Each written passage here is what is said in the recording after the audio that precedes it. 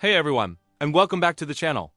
Today, we're diving deep into the tumultuous heart of Irish history to uncover the incredible, often heartbreaking, story of a man who dared to defy an empire.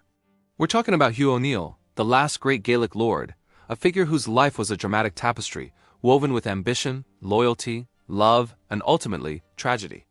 This isn't just history. It's a saga that echoes even today.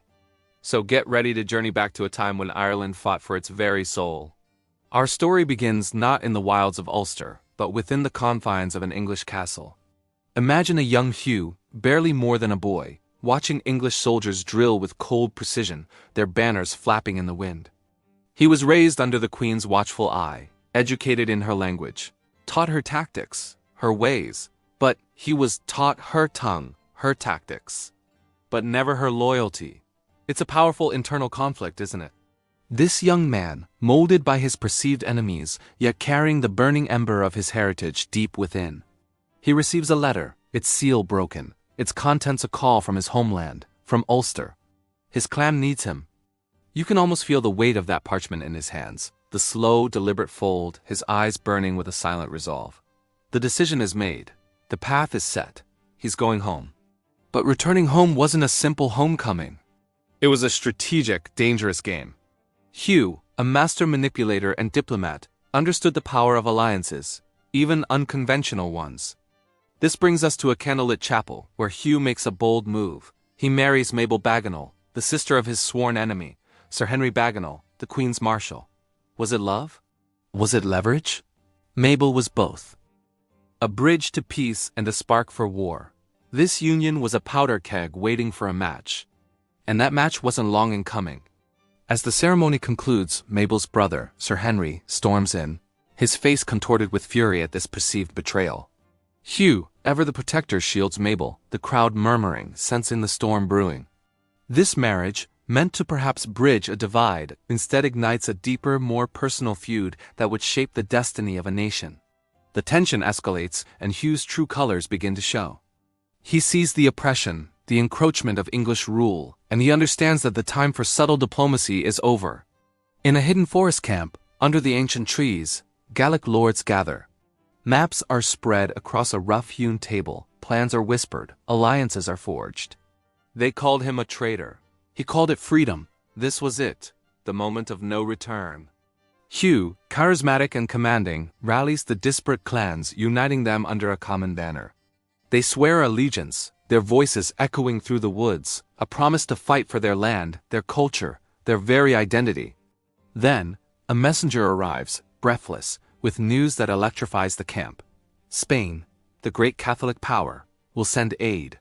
Hope flares, a beacon in the encroaching darkness. The 9 Years' War has truly begun. And then, the moment of triumph. The Battle of the Yellow Ford. Imagine the scene. A misty battlefield. The air thick with anticipation and the smell of wet earth. Gaelic warriors, their war cries piercing the fog, charged with a ferocity born of desperation and belief. The English lines, disciplined but unprepared for such a surge, break. It was a stunning victory, a moment where, for a moment, Ireland breathed free. Amidst the chaos and the eventual silence of the aftermath, Hugh O'Neill stands, a figure of complex emotions over the fallen Sir Henry Bagenal. His face is unreadable. Was it sorrow for the man he once called kin through marriage? Or the grim satisfaction of a victor? The personal and the political, entwined in a single, tragic tableau. Ireland had won a battle, but the war and its costs were far from over. Victory, however glorious, is often fleeting. Our story hurtles towards its tragic climax at Kinsale. Picture rain-soaked trenches, the wind whipping Spanish flags, now a symbol of hope turning to despair. The promised Spanish aid, crucial for securing a definitive victory, arrived too late. Too few. Kinsale became, as the voiceover profoundly states, the grave of Gaelic hopes. Hugh watches, his heart heavy, as his forces are shattered, forced to retreat. The dream of a free, independent Gaelic Ireland slips through his fingers like sand. In a moment of crushing defeat, he drops his sword into the mud, a gesture heavy with symbolism. The fight is lost. The last great stand of Gaelic Ireland has fallen. The aftermath of Kinsale was a slow, painful unraveling.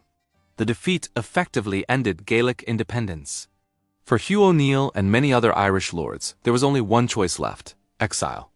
In September 1607, a somber procession makes its way to Rathmullan shore. A ship, an escape vessel, waits its sails still. September 1607, the last lords of Ireland vanish into the mist. It's a heartbreaking scene. Children cry. Priests offer desperate prayers for a safe passage and a return that would never come. Hugh, the once powerful lord now a refugee, boards the ship. As the sails rise, carrying him and his fellow exiles away from the land they fought so valiantly to protect, a chapter of Irish history closes forever. This event, known as the Flight of the Earls, marked the end of the old Gaelic order. Hugh O'Neill's journey ended not on the battlefields of Ulster, but in the eternal city of Rome. He lived out his remaining years in exile, a shadow of his former self, still plotting, still hoping, but ultimately a man without a country. We see him in a Roman chapel, kneeling, perhaps praying for forgiveness, for his lost land, for his people. He died in Rome, but his ghost walks Ulster still. The wind howls through its ruined halls, a lament for the last Gaelic lord. Hugh O'Neill's life was a testament to resilience, a masterclass in strategy, and a heartbreaking story of sacrifice. He was a man caught between two worlds, destined to fight for a dying one. His legacy is complex but undeniable.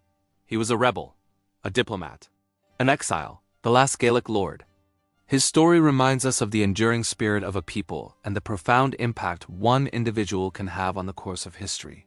Thank you so much for joining me on this deep dive into the life of Hugh O'Neill. If you found this journey through history as compelling as I did, please hit that like button, share this video with your friends, and don't forget to subscribe for more historical tales and deep dives. Your support means the world to us. See you in the next one.